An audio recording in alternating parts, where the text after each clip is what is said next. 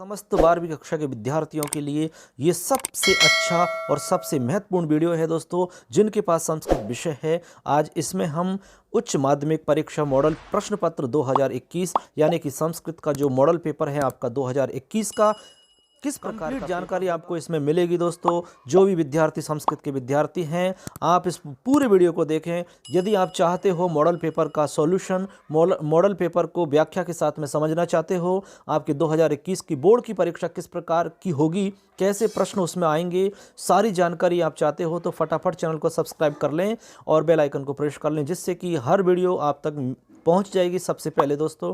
चलिए स्टार्ट कर लेते बिना किसी लंबी भूमिका के। आज इस वीडियो के माध्यम से हम आपको पूरे मॉडल पेपर को बताएंगे। बहुत सारे विद्यार्थियों की डिमांड थी और आपको पूरा अच्छे से हम यहाँ पर समझाने की कोशिश करेंगे। वीडियो लंबा हो सकता है, इसलिए धैर्य रखें दोस्तों। चलिए स्टार्ट कर लेते हैं। जैसे कि आप स्क्रीन पर देख रहे हैं, यहाँ पर देखिए लिखा हुआ है आदर्श प्रश्न पत्र उच्च माध्यमिक संस्कृत साहित्यम।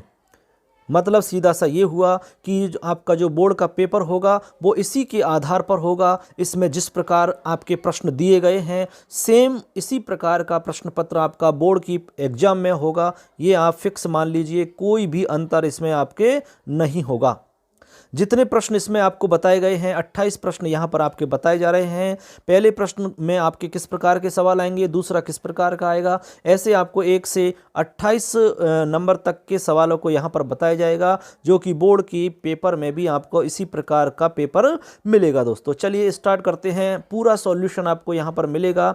बस एक बात आपसे हम बार बार कहेंगे कि चैनल को सब्सक्राइब कर लो, फटाफट अपने दोस्तों को शेयर कर दीजिए। चलिए, जैसे कि आप देख पा रहे हैं, यहाँ देखिए इसके टोटल दोस्तों 5 खंड आपको मिलेंगे। खंड ए, बी, सी और डी और ई। ठीक है, इसमें आपको यहाँ पर प्रश्नों की संख्या दी गई है।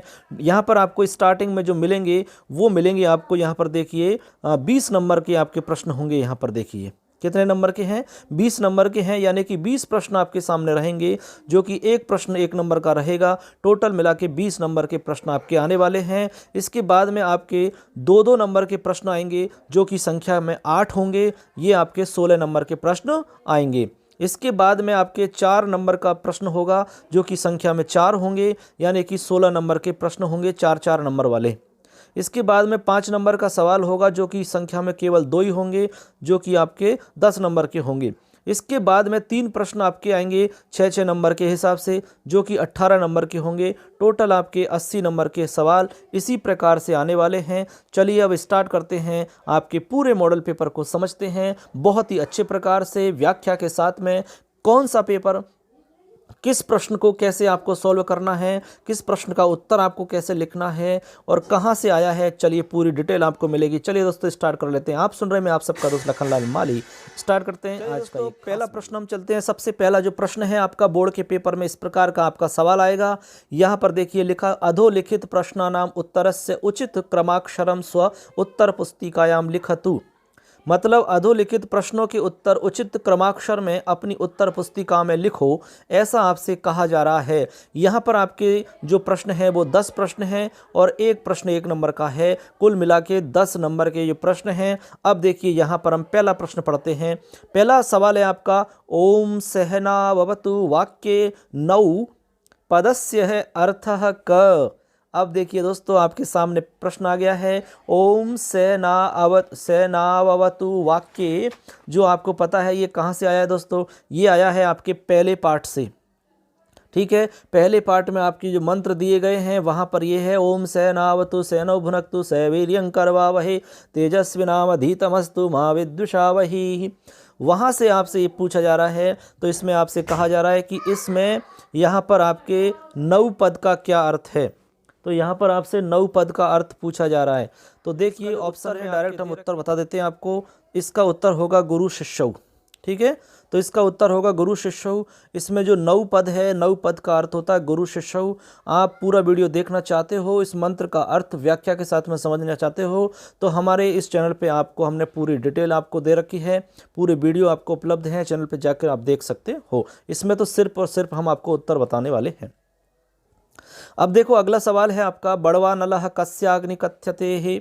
बड़वानल जो है, ठीक है, ये कस्य अग्नि कथ्यते, किसकी अग्नि कहलाती है। ठीक है, ये पूछ रहा है कि जो बड़वानल होती है अनल यानी अग्नि होती है, बड़वा अनल जो अग्नि है वो किसकी अग्नि कहलाती है? तो आपको बताना है समुद्र की, गृह की, वन की या भूगर्भ की। तो इसका जो उत्तर है दोस्तों वो होता है समुद्र, यानी समुद्र की जो अग्नि होती है उसको बड़वा अनल कहते हैं। ठीक है, ये आपको याद रखना है। इस प्रकार के प्रश्न आपके और भी छोटे छोटे प्रश्न बहुत सारे बन सकते हैं, तो आपको हम एक वीडियो ऐसा आगे बनाएंगे जिसमें बहुत सारे छोटे छोटे प्रश्नों का समावेश करके आपको बता दिया जाएगा। अगला प्रश्न है, श्रीमद्भागवत गीता महाभारतस्य कस्मिन् पर्वणि अस्ति? श्रीमद्भागवत गीता महाभारत के कौन से पर्व में है? बिल्कुल, तो ये आपने गीतामृतम जो हमारा पाठ है, चतुर्थ पाठ, उसमें से लिया गया है आपका। तो बताइए कौन से पर्व में से है बच्चों? फटाफट आंसर टाइप करके बताइए। तो देखिए, चलिए, तो बिल्कुल एकदम करेक्ट आंसर इसका हो जाएगा आपका भीष्म पर्व, यानी कि श्रीमद्भागवत गीता महाभारत के भीष्म पर्व से है, यानी भीष्म पर्व में है। ये आपका उत्तर हो जाता है। इसके बाद में अगला प्रश्न आपका, चातकेभ्यः जलम कः ददाति? यानी चातक जो हैं उनके लिए जल कौन देता है? तो उत्तर क्या होगा इसमें बताइए? हाँ, बिल्कुल सही है बच्चों, इसका उत्तर हो जाएगा मेघ। यानी कि मेघ जो है वो चातकेभ्यः जलम ददाति, यानी मेघ यानी बादल चातक जो पक्षी है उनके लिए जल प्रदान करता है, जल देता है। ये आपका पंचम पाठ जो मेघदूत पीयूषम है उसमें से आपके लिया गया है। देखते हैं, दिलीपस्य परीक्षार्थम नंदिनी हिमालय गुहायाम प्रविष्टवती। यानी दिलीप की परीक्षा के लिए नंदिनी हिमालय गुफा में घुस गई, प्रवेश कर गई। अब कौन से दिवस को, यानी कि कौन से दिन घुसी? 20वें दिन, 21वें दिन, 23वें दिन, ऐसे आपको बताना है कौन से दिन प्रवेश किया उसने उस गुफा के अंदर। तो इसका जो करेक्ट आंसर होगा वो है दोस्तों द्वाविंशेः दिवसे, यानी कि 22वें दिन उसने परीक्षा ली और 22वें दिन वो उस हिमालय गुफा में प्रविष्ट हो गई। अगला जो प्रश्न है, माघस्य आश्रयदाता आसीत। माघस्य यानी माघ का आश्रयदाता था, यानी माघ का आश्रयदाता कौन था? ये हमारा अगला सवाल है। तो इसका जो राइट आंसर होगा ये है भोज, यानी कि राजा जो भोज हैं वो माघ के आश्रयदाता और उनके दोस्त भी थे और उनके आश्रयदाता भी थे। ये आपका पाठ है ना, माघ वाला पाठ है, 9वां पाठ है शायद, उसमें से आपके ये प्रश्न लिया गया है। चलिए, अगला प्रश्न है आपका बहुत ही सिंपल, पंचतंत्रस्य रचयिता वर्तते। पंचतंत्र के रचयिता हैं, कौन है रचयिता पंचतंत्र के? बताइए बच्चों। तो पंचतंत्र के रचयिता पंडित विष्णु शर्मा हैं। तो कौन है? पंडित विष्णु शर्मा पंचतंत्र के रचयिता हैं। पूरी डिटेल आप जानना चाहते हो तो आप चैनल पे जाके वीडियो देख सकते हो, पाठ को पढ़ सकते हो, पूरी डिटेल आपको मिल जाएगी। आगे है, शस्त्रीणाम महाव्रतम किमस्ति? जो शस्त्रधारी हैं उनका महाव्रत क्या है, यानी कि महान व्रत किसे कहते हैं या कौन सा उनका महान व्रत होता है? बताइए। तो ये आपका मातृवंदना हमारा जो पाठ है उसमें से लिया गया है। तो वहाँ पर आपको बताना है उत्तर क्या होगा, बताइए बच्चों। जो शस्त्रधारी हैं उनके लिए महाव्रत क्या कहलाता है? तो इसका करेक्ट आंसर हो जाएगा विपन्न रक्षणम महाव्रतम शस्त्रीणाम। विपन्न रक्षणम महाव्रतम शस्त्रीणाम। तो शस्त्रधारियों के लिए जो महाव्रत है वो विपन्न रक्षणम है, दीन लोगों की रक्षा करना। ठीक है, संघे शक्ति कलौ युगे इति कथितम। संघे शक्ति कलौ युगे का मतलब संगठन में कलयुग में संगठन में शक्ति होती है। कलौ युगे यानी कल युग में संगठन में शक्ति होती है, ये कहा गया है। किसके द्वारा कहा गया है? तो बताइए किसके द्वारा कहा गया है? नवल किशोरेन, यानी नवल किशोर के द्वारा कहा गया है। ये आपका संज्ञे शक्ति पाठ है, वहाँ से इसको लिया गया है प्रश्न को। ठीक है बच्चों, ऐसे छोटे छोटे प्रश्न और भी आ सकते हैं। ये आपको एक मॉडल के रूप में आपके सामने बताया जा रहा है, एक आदर्श प्रश्न पत्र आपके सामने प्रस्तुत किया जा रहा है। अगला प्रश्न देखिए, यक्षः कियत काल पर्यंतम शापिता आसीत। यक्ष जो है वो कितने समय तक शापिता आसीत, शापित था, यानी कितने समय के लिए उसको शाप दिया गया था, कितने समय के लिए शाप लगा था उसको, बताइए। तो आपको पता होगा, आपने ये पाठ पढ़ा होगा, कौन सा? मेघदूत पीयूषम पंचम पाठ। तो बिल्कुल करेक्ट आंसर हो जाएगा 1 वर्ष पर्यंतम, यानी 1 वर्ष तक यक्ष को शाप लगा था। इस प्रकार से ये आपके छोटे छोटे जो प्रश्न हैं वो हो जाते हैं। अब देखते हैं आगे बच्चों, आगे अगला प्रश्न देखते हैं। प्रश्न 2 से 5 तक, प्रश्न संख्या 2 से 5 पर्यंत रेखांकित पदानि आधृत्य प्रश्न निर्माणं कृत्वा एक पंक्त्याम उत्तरम प्रदत्त। यानी कुल मिला के यहाँ पर कह रहे हैं कि जो रेखांकित पद है उसके आधार पर आपको प्रश्न निर्माण करना है और एक पंक्त्याम उत्तरम प्रदत्त, एक पंक्ति में उत्तर लिखना है आपको। तो सिंपल सा है, इसमें कोई दिक्कत नहीं है। इसमें आपके सामने 4 प्रश्न हैं, 2, 3, 4, 5 और एक प्रश्न 1 नंबर का है। बहुत ही आसान है। प्रश्न निर्माण का वीडियो हम काफ़ी दिन से सोच रहे हैं, आपको 1-2 दिन में प्रश्न निर्माण का वीडियो भी मिल जाएगा, बिल्कुल चिंता नहीं करें। प्रश्न निर्माण कैसे बनाते हैं बिल्कुल अच्छे से आपको समझा देंगे। कहीं भी कोई भी प्रश्न यदि ऐसा आएगा तो गलत आपका नहीं होगा, ये हमारी गारंटी है। चलिए, इसमें देखिए पहला आपका है सर्वः स्वार्थम समीहते। सभी लोग स्वार्थ की कामना करते हैं, स्वार्थ की इच्छा रखते हैं। तो यहाँ पर आपके स्वार्थम जो लिख रहा है ये आपका अंडरलाइन वाला रेखांकित पद है। हालांकि इसमें रेखांकित पद दिए हुए नहीं हैं, देना चाहिए प्रश्न के अनुसार। रेखांकित पदानि आधृत्य इसमें लिखा है, हालांकि ये प्रश्न बनाने वाले ने थोड़ी मिस्टेक करी है, यहाँ पर पद को रेखांकित नहीं किया गया है। तो हम आपको रेखांकित बता रहे हैं, इसी को रेखांकित किया जा रहा है। सर्वः स्वार्थम समीहते, तो यहाँ पर स्वार्थम जो लिखा हुआ है इसकी जगह हटा कर आपको लिखना होगा कम। क्या लिखना होगा? कम। ऐसे यानी कम आप लिखोगे तो आपका बन जाएगा सर्वः कम समीहते, यानी सभी लोग क्या चाहते हैं। तो उत्तर हो जाएगा सर्व स्वार्थम समीहते, सभी लोग स्वार्थ की इच्छा करते हैं। किसकी इच्छा करते हैं? किसको चाहते हैं। तो ऐसे करके यहाँ पर आप प्रश्न बनाओगे तो कम से बना सकते हो। अगला है आपका अमर शक्ति त्रयः पुत्र आसन। अमर शक्ति के 3 पुत्र थे। अब इसमें आपके प्रश्न बन सकता है त्रया के स्थान पर अमर शक्ति के कितने पुत्र थे। तो आपको यहाँ पर कितने पुत्र के लिए बनाना होगा? कति पुत्रः आसन। तो आपको प्रश्न निर्माण करने के लिए यहाँ लिखना होगा त्रयः, जो पद है इसको हटा करके आपको लिखना होगा कति। तो कति लिखते ही आपका जो वाक्य बन जाएगा अमर शक्ति कति पुत्र आसन, अमर शक्ति के कितने पुत्र थे, ऐसे आपका प्रश्न बन जाएगा।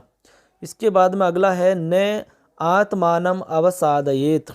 ठीक है, न आत्मानम अवसादयेत, यानी आत्मान स्वयं को कभी भी दुखी नहीं करें, अवसादित नहीं करना चाहिए। तो किसको नहीं करना चाहिए? तो आत्मानम की जगह आपको लिखना होगा कम। क्या लिखना होगा? कम लिखना होगा। आत्मानम की जगह कम लिख दो और आपका बन जाएगा वाक्य। कैसे बनेगा? न कम अवसादयेत, नहीं करना चाहिए। किसको? अवसादित नहीं करना चाहिए, तो आत्मानम की जगह कम हो जाएगा। ठीक है, इसके बाद में आगे है मानवाः सर्वत्र विजयम कामयन्ते। मानव जो है सभी जगह विजय की कामना करते हैं। ठीक है, तो यहाँ पर मानव की जगह आपको लिखना है के सर्वत्र विजयम कामयन्ते। तो यहाँ मानव की जगह के हो जाएगा, यानी मानव को हटा करके आपको लिखना होगा के।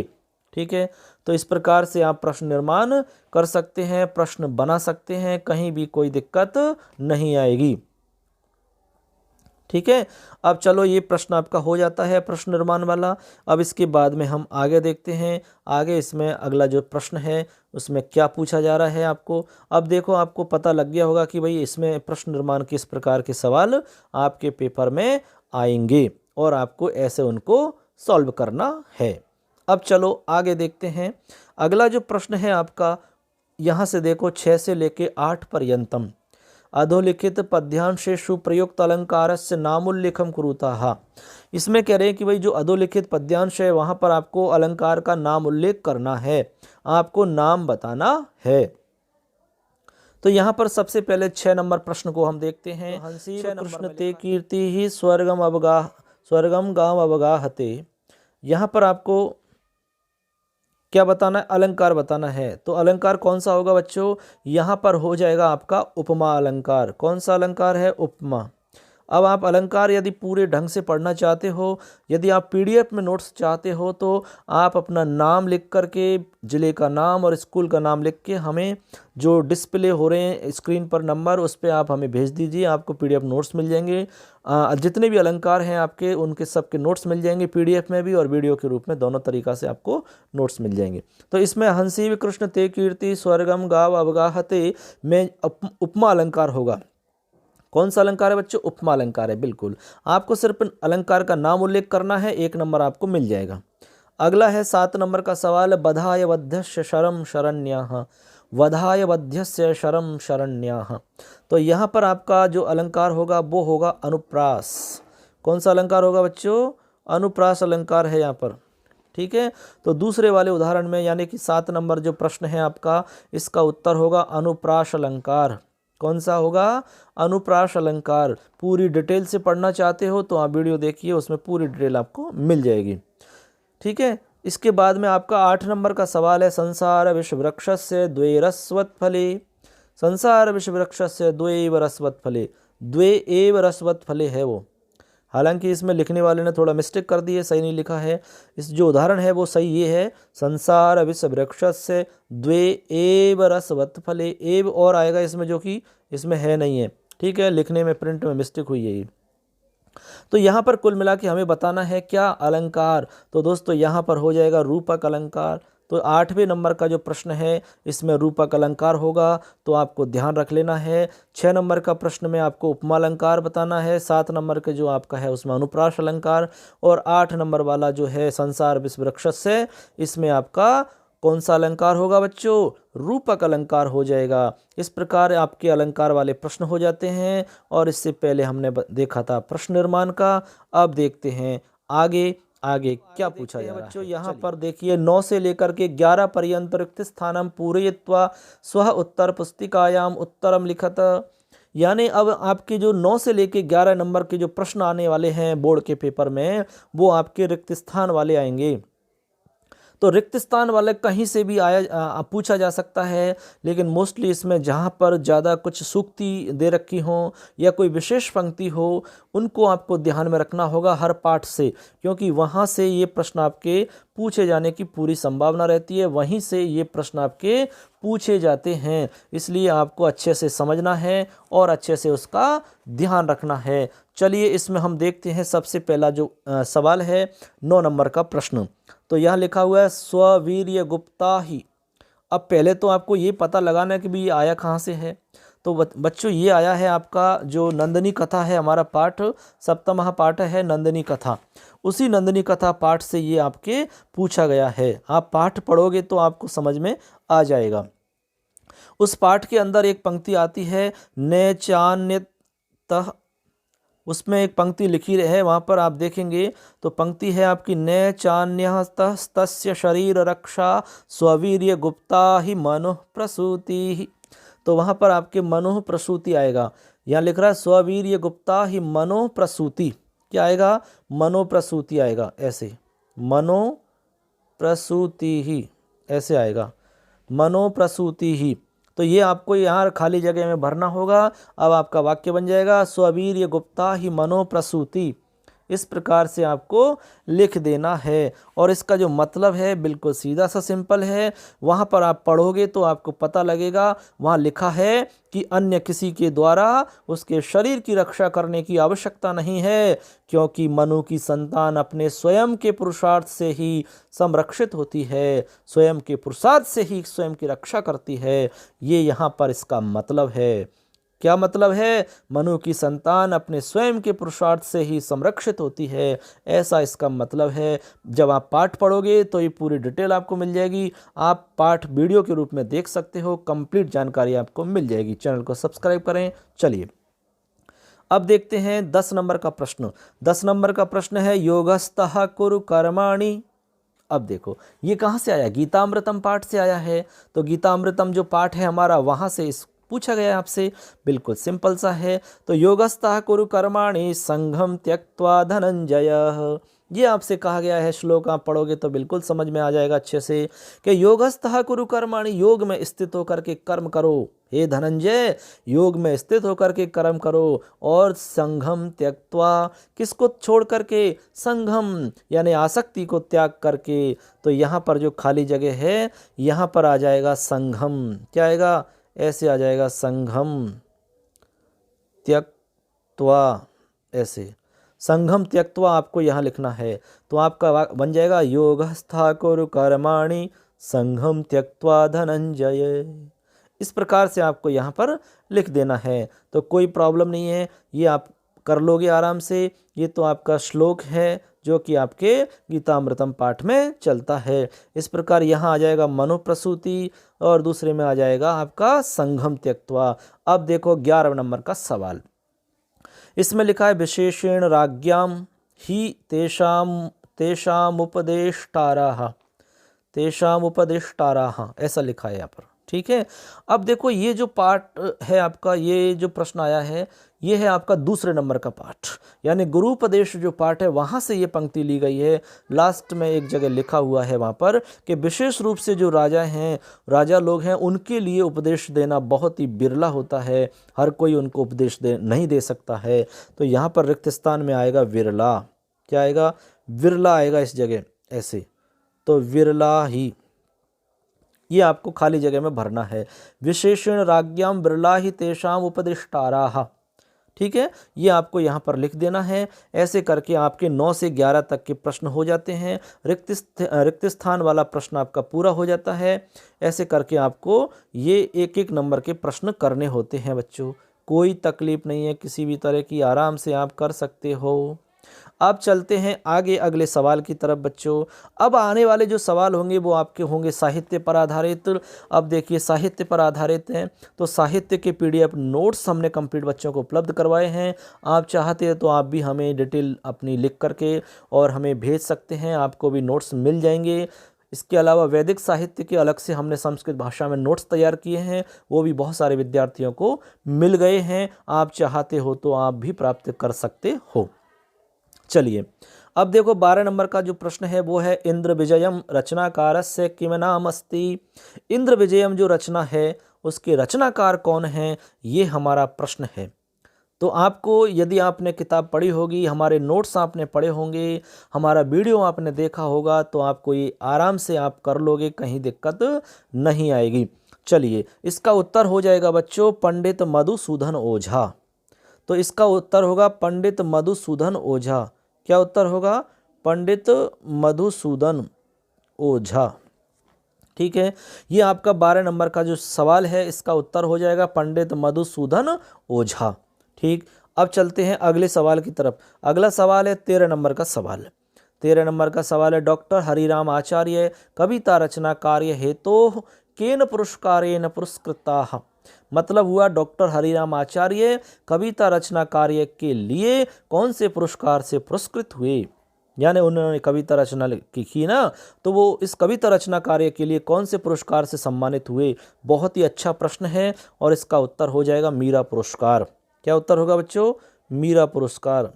तो आपको याद रखना है मीरा पुरस्कारेण पुरस्कृतः, यानी डॉक्टर हरिराम आचार्य जी अपनी रचना कार्य के लिए जो पुरस्कृत हुए वो उनका पुरस्कार का नाम है मीरा पुरस्कार, ठीक है। तो रचना कार्य के कविता रचना कार्य के लिए कौन से पुरस्कार से पुरस्कृत हुए, मीरा पुरस्कार से, याद रख लेना है।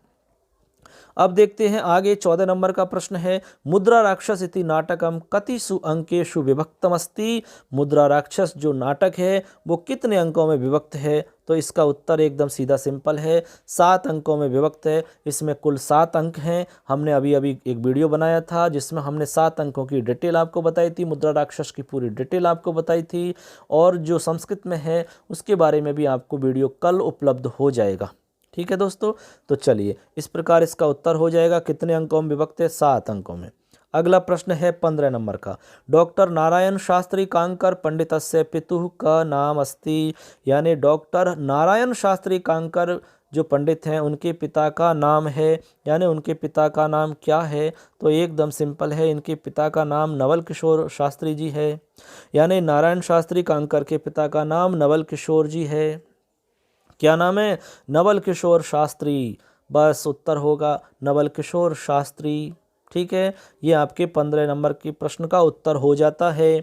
इसके बाद में प्रश्न नंबर 16, मौज मंदिर इति शासकीय धर्म सभाया अध्यक्ष पदम कः सुशोभितम, यानी मौज मंदिर जो शासकीय धर्म सभा है उसके अध्यक्ष पद को किसने सुशोभित किया, अध्यक्ष पद पर कौन सुशोभित हुए। तो यहाँ पर आपका उत्तर होगा बच्चों, बहुत ही अच्छा सवाल है, इसका उत्तर हो जाएगा पंडित मधुसूदन ओझा। क्या उत्तर होगा? पंडित मधुसूदन ओझा आपके 16 नंबर के प्रश्न का उत्तर हो जाएगा। तो ऐसे करके आपको याद रखना है, पंडित मधुसूदन ओझा। अब इसमें 17 नंबर का एक सवाल और है, उसको देखते हैं क्या पूछा जा रहा है। सवाल है, पूज्यमानाः अपि देवताः न ते प्रसीदन्ति इत्यत्र प्रसीदन्ति इति क्रियाया कर्ता कः अस्ति, यानी यहाँ पर जो प्रसीदन्ति क्रिया है इसका कर्ता कौन है। तो सिंपल सा है, आपकी जो क्रिया है वो बहुवचन में है तो कर्ता बहुवचन वाला है, तो यहाँ पर देवताः ये आपका कर्ता हो जाएगा। तो ऐसे करके आपके यहाँ पर 12 नंबर से लेकर 17 नंबर तक के प्रश्न कंप्लीट हो जाते हैं। इसी प्रकार के प्रश्न आपकी बोर्ड की एग्ज़ाम में पूछे जाएंगे आपसे, तो आपको ये अच्छे से समझना होगा, अच्छे से आपको ध्यान रखना होगा। हम आपको इसमें कंप्लीट ये बता रहे हैं कि भाई कौन से प्रश्न को कैसे आपको करना होगा। तो आप यदि पूरा वीडियो देखते हैं, अच्छे से सुनते हैं और अपने दोस्तों को शेयर करते हैं तो आपको बहुत फ़ायदा इससे होने वाला है। बोर्ड की पेपर में जब आप देखोगे तो आपको इसी तरह का सब कुछ मिलेगा, जो किसी भी तरह से कोई दिक्कत आपको नहीं होगी। तो ऐसे करके आपने ये देख लिया और आपको समझ में भी आ गया होगा। अब चलते हैं आगे, अगले प्रश्न है हमारा 18 नंबर का। 18 नंबर का जो प्रश्न होगा वो आपका इस प्रकार का आएगा। तो देखिए क्या है, अधोलिखित श्लोकस्य अन्वय सहिताम सरल अर्थम हिंद्याम संस्कृते व लिखत। 18 नंबर का जो प्रश्न होगा वो आएगा कि अधोलिखित जो श्लोक है उसका अन्वय लिखना है, अन्वय सहित आपको सरल अर्थ लिखना है। अब सरल अर्थ आप हिंदी में भी लिख सकते हो अथवा संस्कृत में, यानी कि संस्कृत या हिंदी में से आप किसी में भी लिख सकते हो, लेकिन आपको अन्वय भी करना होगा और उसका अर्थ भी लिखना है। हिंदी में लिखो या संस्कृत में लिखो, किसी में भी लिखो, लेकिन अन्वय आपको करना है। तो देखिए ये हमारा जो पाठ है मातृवंदना 12वें नंबर का पाठ है, द्वादश पाठ है, उसमें से आपके सामने ये पंक्ति कुछ लिखी हुई हैं। तो सबसे पहले आपको अन्वय करना होगा, इसके अन्वय करने के बाद में आपको इसका अर्थ बताना होगा। अर्थ चाहे तो आप हिंदी में बता सकते हो, चाहे आप संस्कृत में बता सकते हो। तो देखिए लिखा हुआ है, बहुत ही सुंदर सी पंक्ति है, गीयताम गीयताम गीयताम अद्य मातृवंदना मधुस्वरेण गीयताम मातृभूरियम हि कर्म भूपुराणे मंगला सुविश्रुता तपोव्रता सुदर्शना सुवत्सला अनादिधर्म मालिनी अनंत पुण्यशालिनी अनादिधर्म मालिनी अनंत पुण्यशालिनी गीयताम गीयताम गीयताम अद्य मातृवंदना मधुस्वरेण गीयताम। बहुत ही सुंदर। सबसे पहले तो इसका अन्वय आप निकाल सकते हैं, अन्वय देख सकते हैं इसका। तो अन्वय कोई खास इसमें है नहीं, आपके सीधा सीधा जैसा लिखा हुआ है यूँ की तो यहाँ आप लिख दोगे तो अन्वय आपका सीधा सीधा हो जाता है, क्योंकि इसमें ज़्यादा कुछ उल्टा सीधा नहीं लिखा हुआ है। हालांकि देखा जाए तो ये श्लोक नहीं है, इन्होंने प्रश्न में श्लोक लिख दिया है, लेकिन ये श्लोक नहीं है बच्चों, ठीक है। ये तो गीत की पंक्तियाँ हैं, श्लोक इसको हम नहीं कह सकते हैं, ये छंदोबद्ध नहीं है, ठीक है। इसमें छंद है लेकिन दूसरा है छंद इसमें, लेकिन ये श्लोक की तरीका से लिखा गया है, ऐसे आपको समझ लेना है। ये मधुछंदा में एक जो रचना है वहाँ से इसको संकलित किया गया है, ठीक है ना। तो देखिए अब यहाँ पर हम देखते हैं, पहले तो इसको सीधा सा इसका अन्वय कर लेते हैं। तो अन्वय हो जाएगा गीयताम गीयताम गीयताम अद्य मातृवंदना मधुस्वरेण गीयताम। सिंपल सा है, सीधा सीधा है। मातृभूरि भूः इयं हि कर्म भू पुराण मंगला सुविश्रुता तपोव्रता सुदर्शना सुवत्सला अनादि धर्म मालिनी अनंत पुण्यशालिनी। यूँ कि तो लिख देना है, अन्वय आपका हो गया। जहाँ पर जो आपके संयुक्त पद हैं उनको आप टुकड़े कर सकते हैं, उनके संधि विच्छेद करके उनको छोटे शब्दों में विभक्त कर सकते हो। ऐसे आप अन्वय लिख लोगे। यहाँ तो सीधा सीधा है इसलिए अन्वय में कोई समस्या नहीं है। अन्वय का एक वीडियो अलग से हम बनाएंगे 1-2 दिन में, तो उसमें आपको और अच्छे से हम बताएंगे अन्वय कैसे करते हैं। हालांकि इसमें अन्वय की कोई ज़्यादा समस्या है नहीं, ये तो सीधा सीधा लिखा जा रहा है, जो सिंपल से अन्वय हो ही रहा है इसमें। तो अब इसका अर्थ लिखते हैं। तो अर्थ हमने कहा कि भाई संस्कृत हिंदी दोनों में से किसी में भी लिख सकते हो। तो सिंपल सा इसका अर्थ हो जाएगा गीयताम गीयताम गीयताम यानी गाइए गाइए गाइए।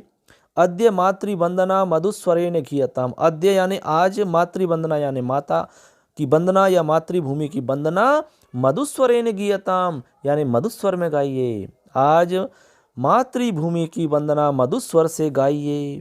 और फिर लिख रहा है आगे, मातृभूरियम ही कर्म भूपुराण मंगला, यानी कि यह मातृभूमि कर्म भूमि है, प्राचीन है, मंगलकारी है, प्राचीन है और मंगलकारी है। आगे लिख रहे हैं सुविश्रुता तपोव्रता सुदर्शना सुवत्सला।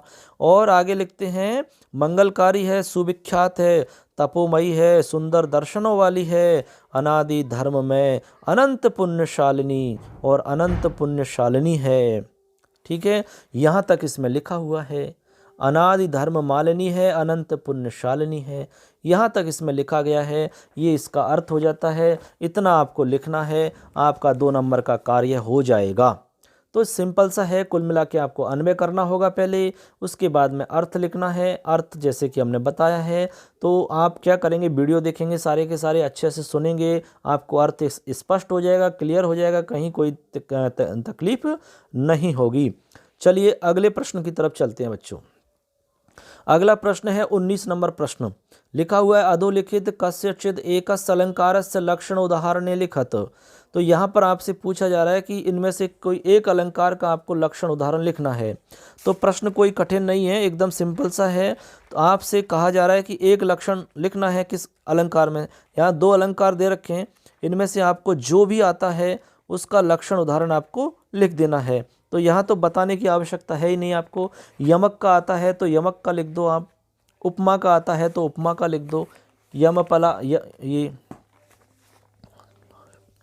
ठीक है। तो आपको यदि इसमें से यमक के बारे में पता हो तो यमक का लक्षण लिख दो आप और उदाहरण लिख दो। उपमा का पता हो तो उपमा का लिख दो, प्रस्फुटम सुंदरम साम्य उपमेत तविधीयते। तो आप लक्षण लिखेंगे फिर उदाहरण लिख दो। उदाहरण आप चाहे तो 12वीं कक्षा का उदाहरण लिख सकते हो, और 12वीं कक्षा के अलावा यदि आपको 11वीं क्लास की किताब का उदाहरण याद है तो वो भी लिख सकते हो। यानी उदाहरण कोई भी किसी भी क्लास का हो सकता है, उससे कोई फ़र्क नहीं पड़ता। बहुत सारे बच्चे ने ये सवाल किया है कि सर 12वीं क्लास की किताब का ही लिखें कि 11वीं का। ऐसा कोई नहीं होना चाहिए, जिस अलंकार को आप बता रहे हो उसी का होना चाहिए। उदाहरण कोई भी कहीं से भी हो सकता है। तो इसमें कुछ भी नहीं है ज़्यादा बताने की बात बच्चों, आपको सिंपल लक्षण उदाहरण लिखना है, 2 नंबर आपको मिल जाएंगे। चलिए अगला सवाल है 20 नंबर का। अधोलिखित गद्यांशम पठित्वा प्रश्नानाम उत्तराणि लिखत। यहाँ पर एक गद्यांश आपके सामने दिया गया है, उस गद्यांश को पहले अच्छे से पढ़ना है और उसके बाद में उसमें दिए गए प्रश्नों का उत्तर ढूंढना है। तो सिंपल सा है, आपकी किताब से आएगा, जो आपको इतनी दिक्कत नहीं होगी। तो सिंपल आप इसको पढ़ लेंगे अच्छे से। हमने पढ़ लिया है, डायरेक्ट हम प्रश्नों की तरफ चल रहे हैं। गद्यांश को पढ़ें आप आराम से, उसके बाद में ही सॉल्व करें। हमने पढ़ लिया है इसलिए हम आपको डायरेक्ट सवाल बता रहे हैं। पहला सवाल है मगध राजपुत्री का आसीत। मगध राजपुत्री कौन थी? तो मगध राजपुत्री कौन थी? तो आपने यदि पढ़ा होगा तो आपको आराम से पता होगा। मगध राजपुत्री कौन थी? सुदक्षिणा।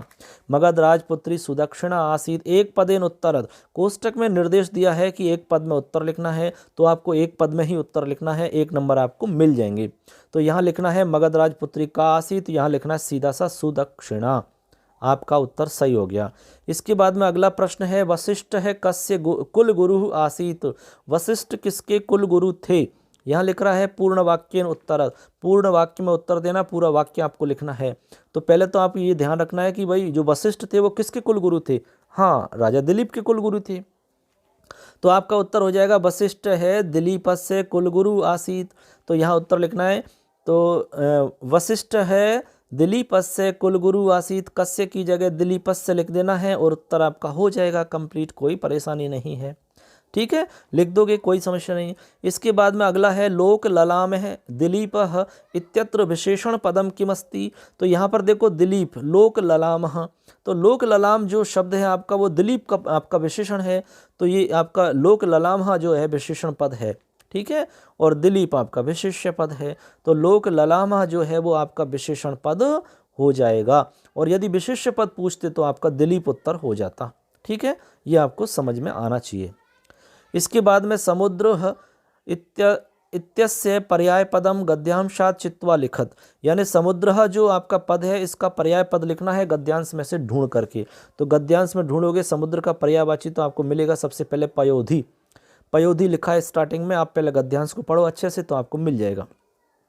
तो इसमें आपका समुद्र का पर्यायवाची कौन सा है? पयोधः।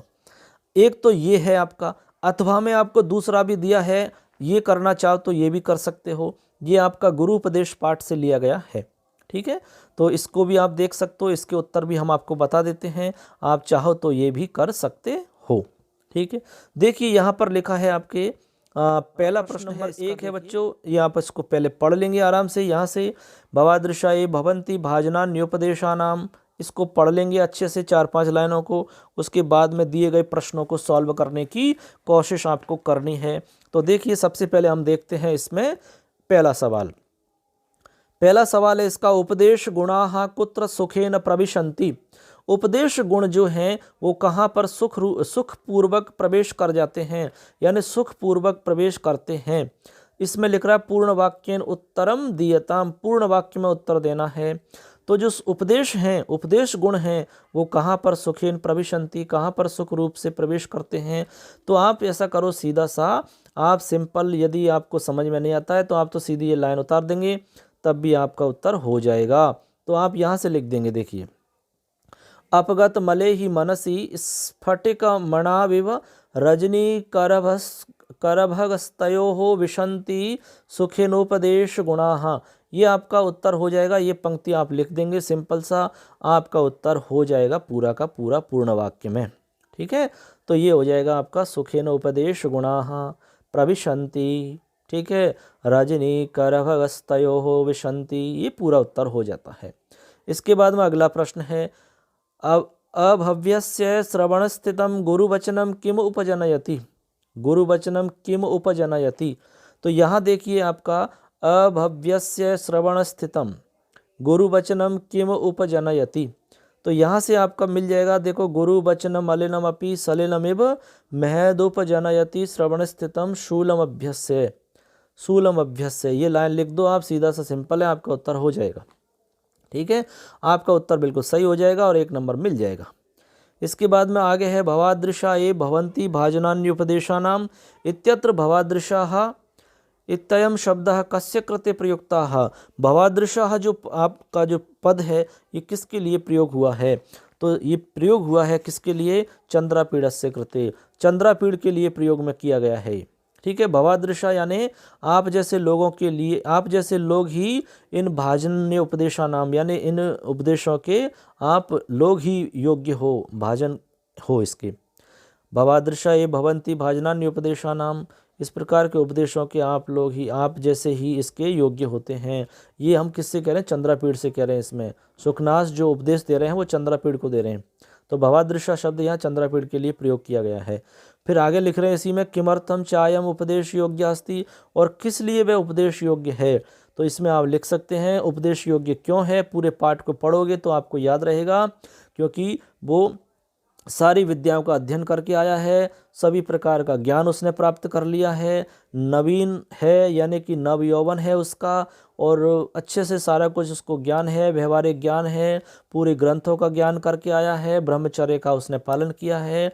ये सारी चीज़ों को देखने के बाद ही उन्होंने कहा कि आप ही इसके योग्य हो। अभी आपने किसी भी प्रकार की आसक्ति में आपने उपभोग नहीं किया है, आसक्ति में आप नहीं पड़े हो, इसलिए आप इन उपदेशों के योग्य आप हो, ऐसा उन्होंने कहा था। तो पाठ को आप पढ़ोगे तो आप इसमें से 2-3 लाइन लिख सकते हो, आपको ज़्यादा नहीं लिखना है, 2 या 1-1.5 लाइन में आपका उत्तर हो सकता है, ठीक है। इस प्रकार आप इसके उत्तर लिख सकते हो और आपका ये पूरा का पूरा हो जाता है। अब यहाँ तक हो गया है, अब चलते हैं अगले प्रश्न की तरफ। प्रश्न हमारा 21 नंबर का होने वाला है। चलिए दोस्तों, 21 नंबर का सवाल है हमारा। सवाल आपका 21 नंबर में इसी प्रकार का आएगा। तो सवाल है, अधोलिखित पद्यांशम पठित्वा प्रश्नानाम उत्तराणि लिखत। अब आपका एक पद्यांश या श्लोक आएगा कोई भी, इसको अच्छे से पढ़ना है, उसके बाद में उसी में से आपसे प्रश्न पूछे जाएंगे, उनका उत्तर आपको लिखना है। देखिए, योगस्था कुरु कर्माणि संघम त्यक्त्वा धनंजय, सिद्ध्या सिद्धयो समो भूत्वा समत्वम योग उच्यते। ये आपका श्लोक है, गीतामृतम पाठ है, चतुर्था पाठ है, वहाँ से इसको लिया गया है। यदि आपने पूरा पाठ अच्छे से देखा है, हमने बहुत ही अच्छे से सरल भाषा में पाठ को समझाया है, पूरे वीडियो आप देखिए, गारंटी से आपको समझ में आएगा और ये सारे सवाल आप कर पाओगे। देखिए पहला प्रश्न है इसमें, योगः किम उच्यते, योग किसे कहते हैं? तो आपका उत्तर हो जाएगा समत्वम योगः उच्यते, समत्व भाव को योग कहते हैं। यह आपका श्लोक में लिखा हुआ है, साफ साफ, कोई दिक्कत ही नहीं है। इसके बाद में अगला सवाल है, किम त्यक्त्वा कर्माणि कुर्यात्, क्या छोड़ करके, किसका त्याग करके कर्म करने चाहिए? तो उत्तर हो जाएगा संघम। ये लिख रहा है संघम त्यक्त्वा धनंजयः, यानी संघम त्यक्त्वा योगस्थः कर्माणि कुरु, यानी योग में स्थित होकर के आसक्ति को त्याग करके कर्म करो धनंजय। संघम त्यक्त्वा यानी संघ को छोड़ करके, आसक्ति को त्याग करके, ये उत्तर हो जाएगा। ठीक है, उत्तर हो जाएगा संघम त्यक्त्वा। अगला है, योगस्थः कुरु कर्माणि अत्र किम क्रियापदम, तो यहाँ पर आपको क्रियापद बताना है, तो क्रियापद हो जाएगा कुरु। कुरु ये क्रियापद हो जाएगा आपका। ठीक है, अगला है, परित्यज्य इति पदस्य पर्यायवाची पदम श्लोका चित्वा लिखा। ये परिव्यज्य लिखा जो कि गलत है, ये सही जो है वो है परित्यज्य। तो परित्यज्य जो है इसका पर्यायवाची लिखना है आपको गद्यांश में से, पद्यांश में से, श्लोक के अंदर से छांट के आपको इसका लिखना है पर्यायवाची। तो इसका पर्यायवाची हो जाएगा त्यक्त्वा। क्या हो जाएगा? त्यक्त्वा। इसका पर्यायवाची हो जाएगा त्यक्त्वा। परित्यज्य यानी त्याग करके और त्यक्त्वा यानी त्याग करके, ये दोनों का सेम अर्थ हो जाता है, ये पर्यायवाची हो जाता है। ये यदि आप नहीं करना चाहते हो तो आपके लिए अथवा में एक और है श्लोक, उसको भी कर सकते हो। ये जो श्लोक है आपका, ये है मेघदूत पीयूषम पाठ से, जो कि आपका पंचम पाठ है। जातम वंशे भुवन विदिते पुष्करावर्तकानाम, जानामि त्वां प्रकृति पुरुषम काम रूपम अगुणः। इसको भी कर सकते हो, और चाहो तो पहले वाले को कर सकते हो। इसको भी देख लेते हैं, इसमें भी कोई तकलीफ वाली बात नहीं है। यक्षानुसारेण मेघः केशाम वंशे उत्पन्नासन, यक्ष के अनुसार मेघ किस वंश में उत्पन्न हुए थे? तो उत्तर हो जाएगा पुष्करावर्तकानाम। पहली ही लाइन में लिखा है पुष्करावर्तक वंश है, पुष्करावर्तकानाम वंशे।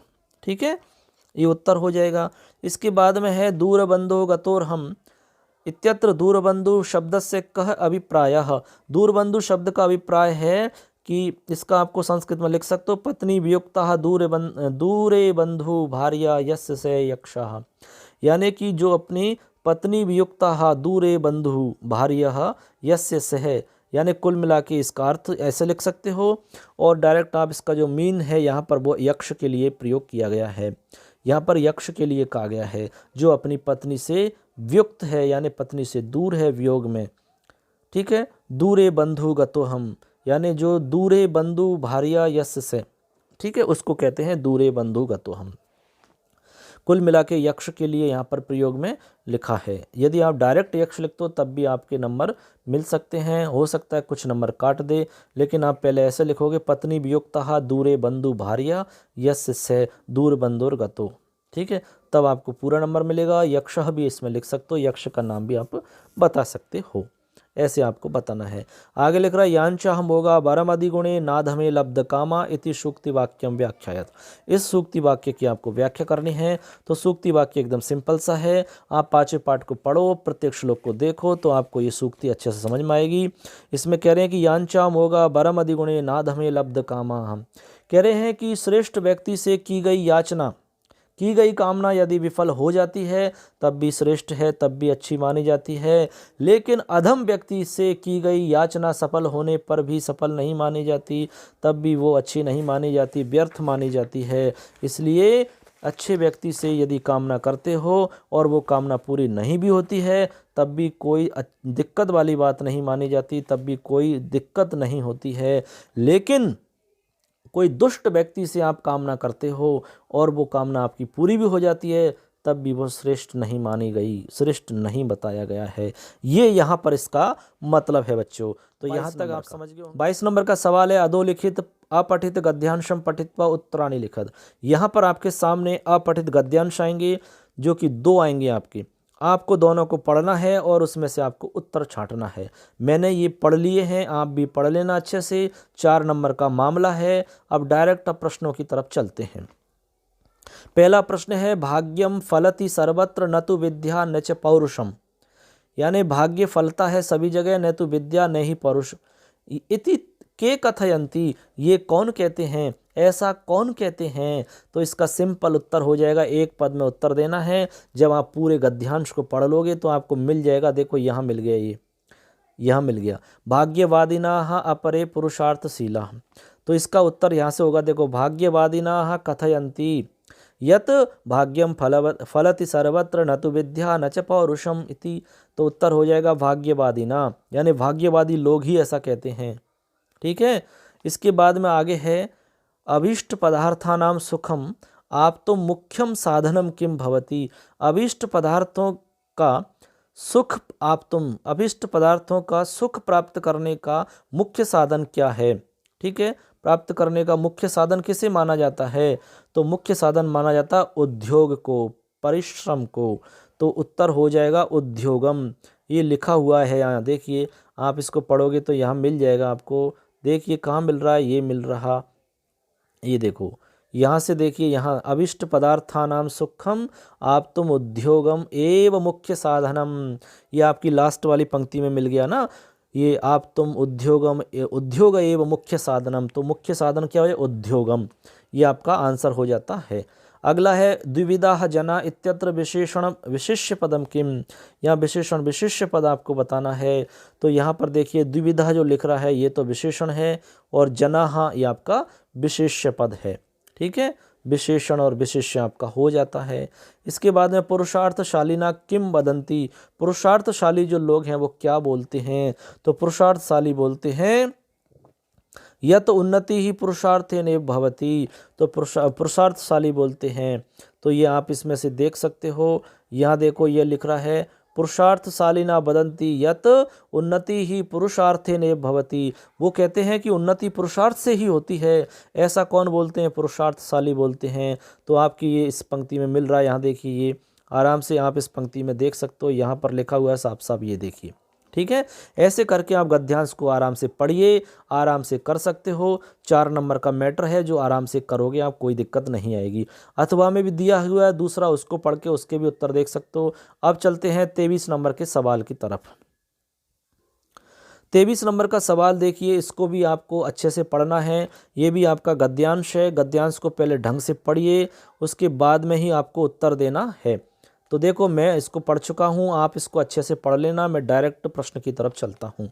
आपको पहले पढ़ना है, समझना है, फिर उत्तर लिखना है। दिया है भारतवर्षस्य उत्तरस्याम दिशि कः पर्वतः अस्ति, भारत दिशा के उत्तर दिशा में कौन सा पर्वत है। भारत की उत्तर दिशा जो है, भारतवर्ष हमारा, उसकी उत्तर दिशा में कौन सा पर्वत है। तो सिंपल है, डायरेक्ट हिमालय पर्वत है। आप गद्यांश में भी देखोगे तो गद्यांश में तुरंत आपको मिल जाएगा। ये देखिए यहाँ उत्तरस्याम दिशि हिमालय पर्वतः दक्षिणस्याम च हिंद महासागर अस्ति। तो यहाँ उत्तर हो जाएगा हिमालय, हो गया। तो यहाँ उत्तर लिखना हिमालय। दूसरा सवाल है आपका भारतस्य का विशेषता अस्ति, भारत की क्या विशेषता है। तो इसका उत्तर हो जाएगा विविधतायाम एकता, विविधतायाम एकता। देखिए गद्यांश में ये लिख रहा सिंपल, विविधतायाम एकता भारतस्य विशेषता अस्ति। तो ये आपको लिख देना है, सिंपल सा है, सब आपको सारे प्रश्नों के उत्तर मिल जाएंगे। आगे है देव नद्यः प्रवहन्ति इत्यत्र किम कर्तृपदम, यहाँ कर्तृपद बताना है, कर्ता पद। तो देव नद्यः हो जाएगा, तो देव नद्यः कर्तृपद हो जाएगा। ठीक है, और प्रवहन्ति क्रियापद हो जाएगा।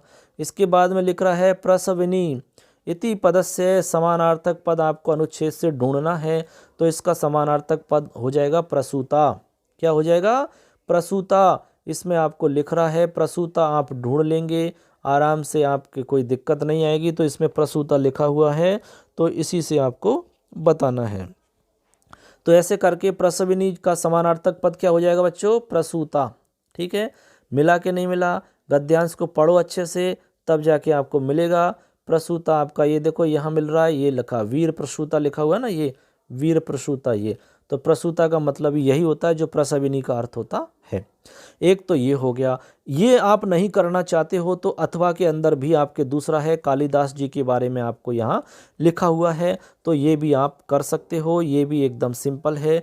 चलिए इसको भी मैं बता देता हूँ आपको। मैं डायरेक्ट आपको प्रश्नों को बताऊंगा, आप अच्छे से पढ़ लेना पूरा का पूरा। मैं तो पढ़ चुका हूँ, आपकी बारी है, आप पढ़ लेना। पहला सवाल है अभिज्ञान शाकुंतले कति अंका संति। अभिज्ञान शाकुंतल में कितने अंक हैं? तो डायरेक्ट इसका उत्तर आपको बता देते हैं। अभिज्ञान शाकुंतल में कुल 7 अंक हैं दोस्तों। कितने अंक हैं? 7 अंक हैं। तो आपको लिख देना है सप्त अंकः, यहाँ पर लिख देंगे 7 अंक, संस्कृत में लिख देंगे सप्त अंक। इसके बाद में अगला सवाल है अभिज्ञान शाकुंतलम नायक नायिका के। अभिज्ञान शाकुंतलम के नायक और नायिका कौन हैं? ये आपको गद्यांश में दिया हुआ है लास्ट लाइन में, तो आप अच्छे से कर लोगे। तो यहाँ लिखना है आपको अभिज्ञान शाकुंतलस्य नायकः दुष्यंतः नायिका च शकुंतला। नायक दुष्यंत है और नायिका शकुंतला है, ये आपको बताना है। इसके बाद में अगला है श्रेष्ठः कवि इत्यत्र विशेष्य पद चयनम कुरुतः। आपको विशेष्य पद बताना है। तो यहाँ पर विशेष्य पद कवि है और श्रेष्ठ पद आपका विशेषण है। तो यहाँ पर विशेष्य पद पूछा है तो कवि ही लिखना है, कवि ही। अगला सवाल है अभिज्ञान शाकुंतल नाटके कः अंकः विशिष्ट मनोहरो वर्तते। कौन सा अंक विशिष्ट मनोहर है? तो सभी लोग जानते हैं अभिज्ञान शाकुंतल में सबसे प्रसिद्ध जो अंक है वो है चतुर्थ अंक। कौन सा अंक है? चतुर्थ अंक है। यही सबसे मनोहर और विशिष्ट कहा जाता है। इसके अंदर भी 4 श्लोक हैं और 4 में भी चौथा श्लोक है, ऐसा इसमें कहा गया है। तो यहाँ तक आप अच्छे से समझ चुके होंगे, कोई दिक्कत आपको नहीं है। अगला सवाल है 24 कहा जा रहा है अधोलिखित छंदसा लक्षण उदाहरणम लिखत। यहाँ पर आपको लक्षण लिखना है और उदाहरण लिखना है छंद का। आपका उदाहरण कोई भी हो सकता है, जरूरी नहीं कि किताब का ही हो। इंद्रवज्रा और मंदाक्रांता में से आपको इंद्रवज्रा का आता हो तो इंद्रवज्रा का लिख दो। स्याद इंद्रवज्रा यदि तौ जगौगः, आपको आता है तो इंद्रवज्रा का लिख सकते हो। उदाहरण आपको जो भी आता हो वो लिख सकते हो। मंदाक्रांता का आता है तो मंदाक्रांता का लिख सकते हो, कोई दिक्कत नहीं है, इसमें बताने की कोई बात नहीं है। आपको याद करना है। अच्छे से समझना चाहते हो तो हमने आपको वीडियो चैनल पे डाल रखी है, उसको आप पूरा सुन लीजिए। पीडीएफ में नोट्स चाहते हो तो वो भी आप प्राप्त कर सकते हो। आप अपनी डिटेल हमें फटाफट कमेंट बॉक्स में जाकर के टाइप करके हमें भेज दीजिए, ठीक है। ऐसे आप कर सकते हो, कोई दिक्कत नहीं है। अब ये प्रश्न हो गया आपका। इसके बाद में आगे लिख रहा है, देखिए यहाँ पर 24 नंबर का प्रश्न हो जाता है। आगे लिख रहा है अधोलिखित पद्यांशम गण चिन्हम प्रदर्शयन छंद नामोल्लेखम कुरुताः। अब यहाँ पर आपको एक ये भी बताना है, छंद का उल्लेख करना है और आपको गणचिन्ह लगाना है, ठीक है। गणचिन्ह लगा करके आपको ये बताना होगा।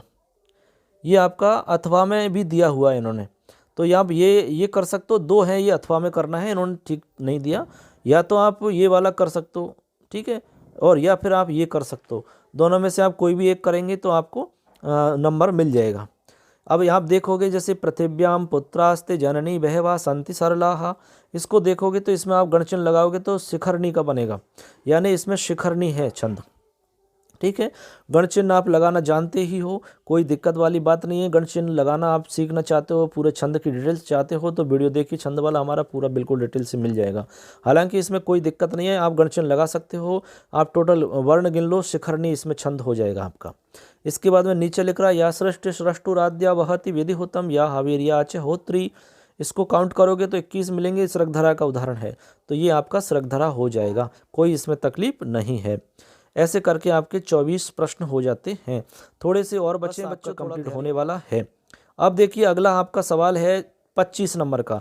25 नंबर का सवाल है अधोलिखित रेखांकित पदेषु प्रयुक्त विभक्ति नामोल्लेखम कृत्वा तस्य सूत्रम चापि लिखत।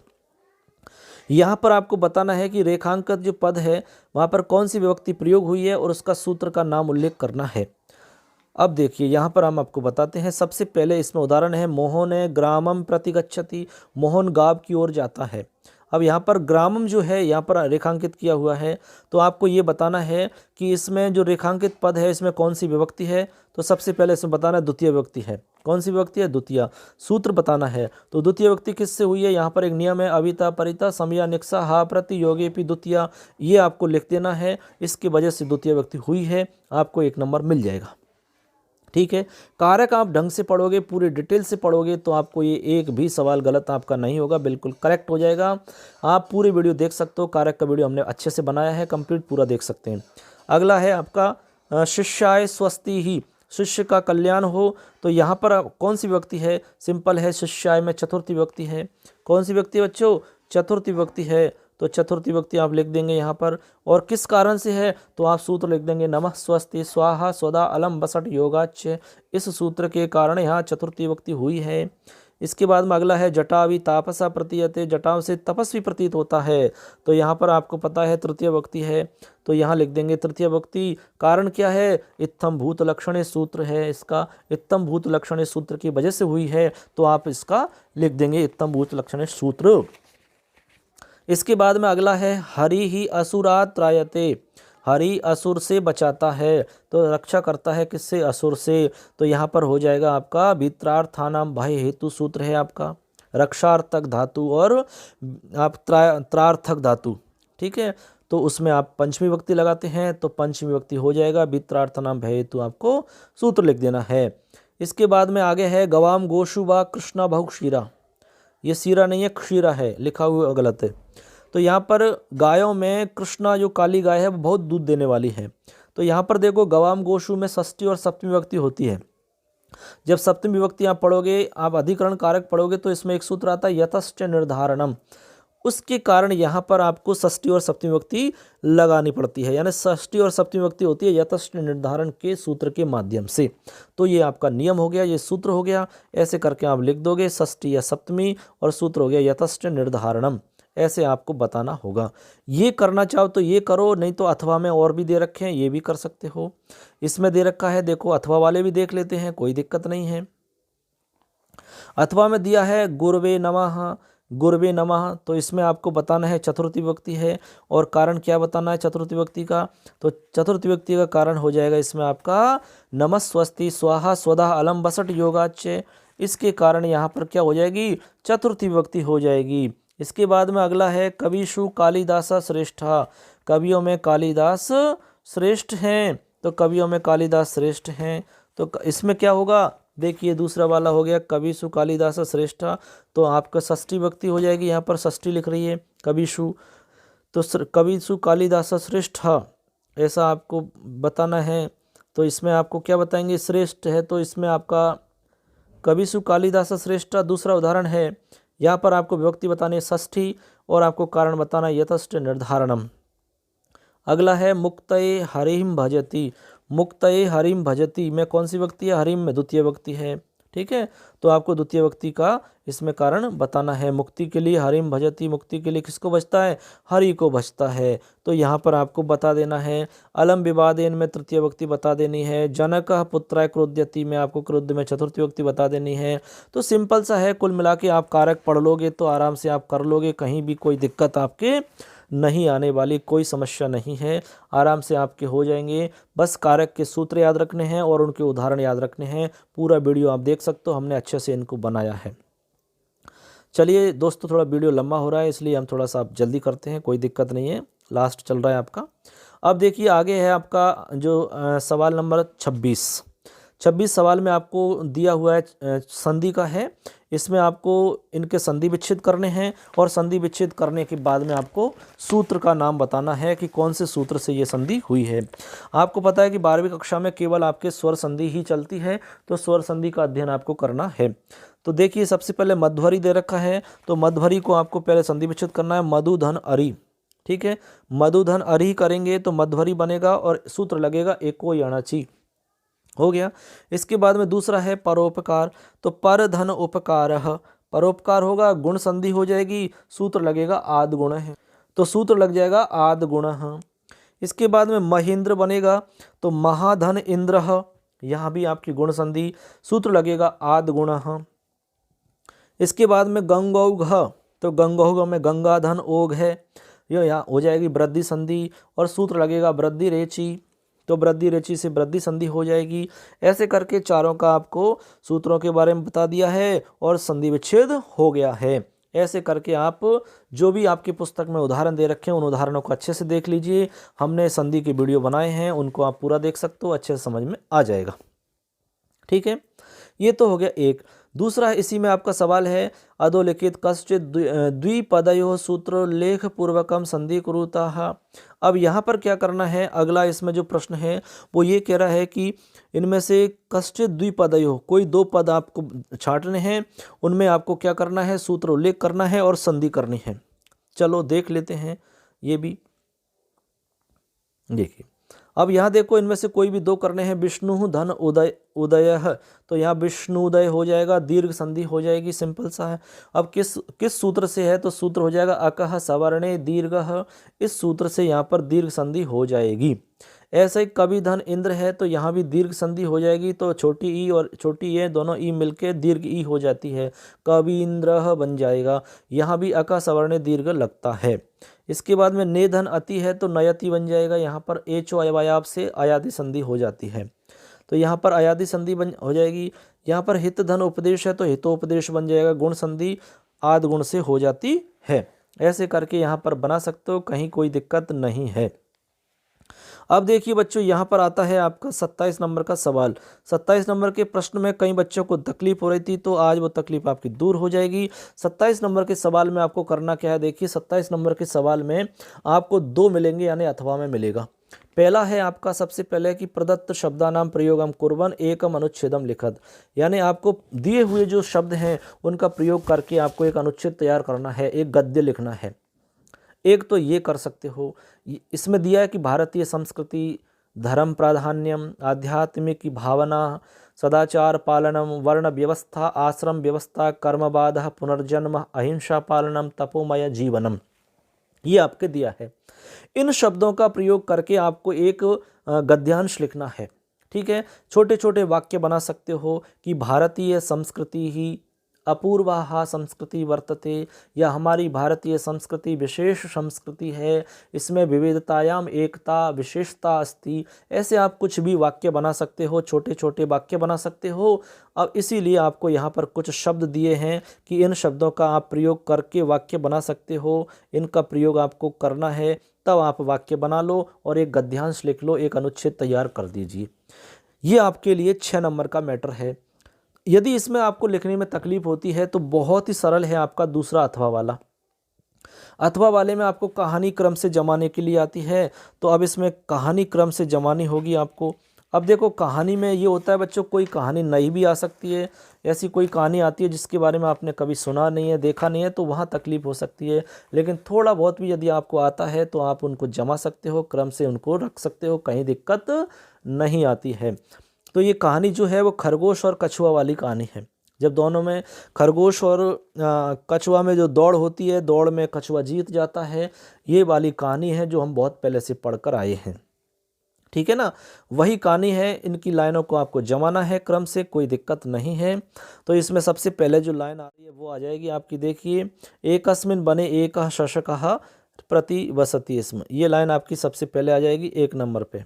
ठीक है, इसके बाद में 2 नंबर पे लाइन आ जाएगी आपकी ये वाली, ये एकस्मिन् वन में एक शशक रहता था, एकदा से मंदम मंदम गच्छन्तम कच्छपम अपश्यत, उसने एक दिन धीरे धीरे जाते हुए कछुए को देखा।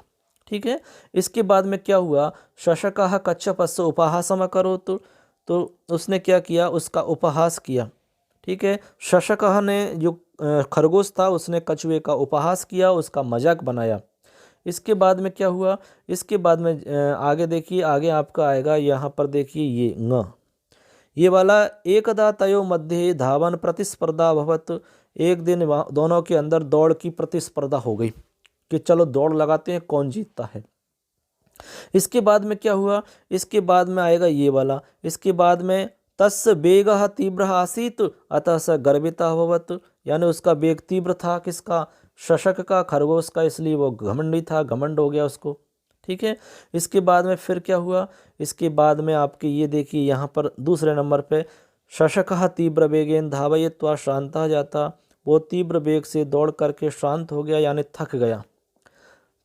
तो इसके बाद में क्या हुआ, इसके बाद में जैसे ही वो थक गया तो फिर से शशक एकस्य वृक्षस्य छायायाम अतिष्ठत शीघ्रमेव निद्रानिश्च अभवत, यानी वो आराम करने लग गया एक पेड़ के नीचे और वहीं पर सो गया, नींद आ गई उसको।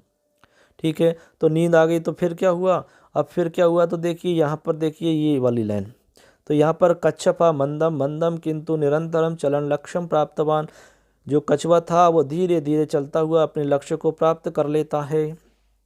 फिर आगे क्या हुआ, इसके बाद में जो पहली लाइन है फर्स्ट नंबर की, किंचित कालानंतरम शशकः अपि जागरयित्वा तत्र उपागच्छत्, उसके बाद में कुछ समय के बाद में कछुआ जाग कर के वहाँ पर पहुँच जाता है, तब तक तो सारा काम हो ही जाता है।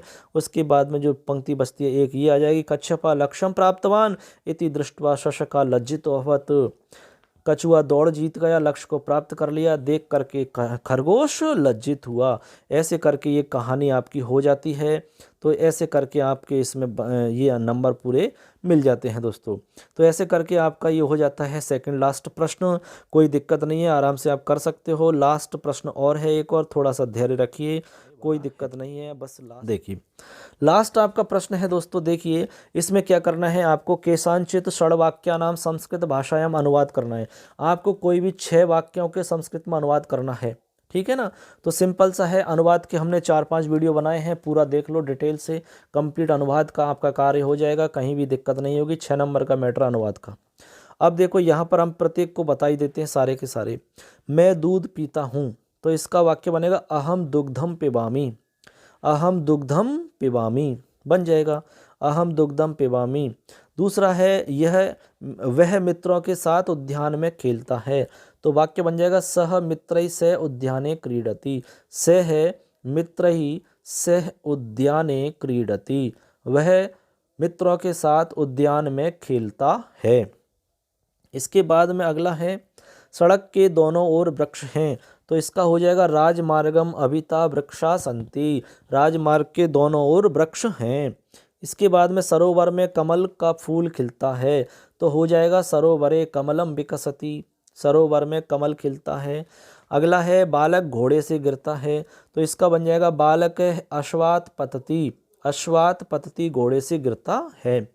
अगला है राजेश महाविद्यालय में पढ़ेगा, भविष्य काल का है, तो राजेशा महाविद्यालय पठिष्यति बन जाएगा।